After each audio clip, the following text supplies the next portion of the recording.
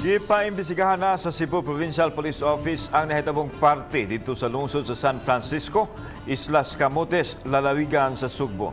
Ano yung report?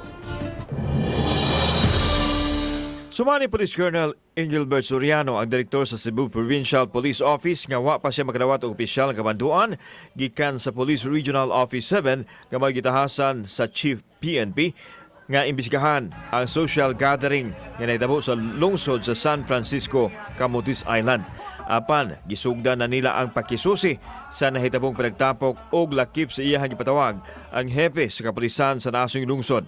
Nakasumiter na kuno og report ang Chief of Police sa San Francisco apan wa niya ibutyag ang detalye.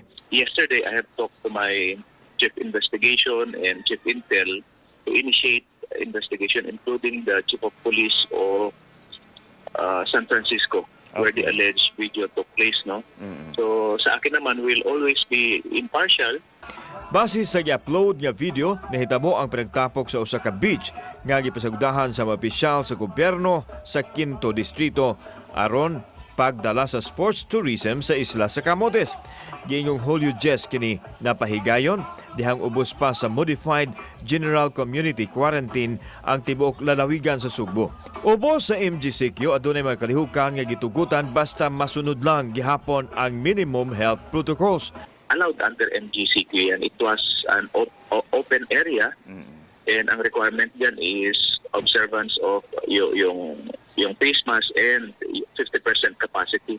Ito tapos na yan, pero if we can gather evidence, we can always file the necessary charges against those who were involved or responsible na dun sa violation na yon. Kasi gano'n naman kung ang violation niya is ordinances, so be it, di-file natin dun. Ang DILG-7 gibantuan na usab sa ilang uluhang buhatan pag-imbestigar sa panagtapok nga matud pa gitampungan sa mga local government officials. Kauban si Cleofer Lumayag, ako si Alan Domingo. Balitang Bisdak.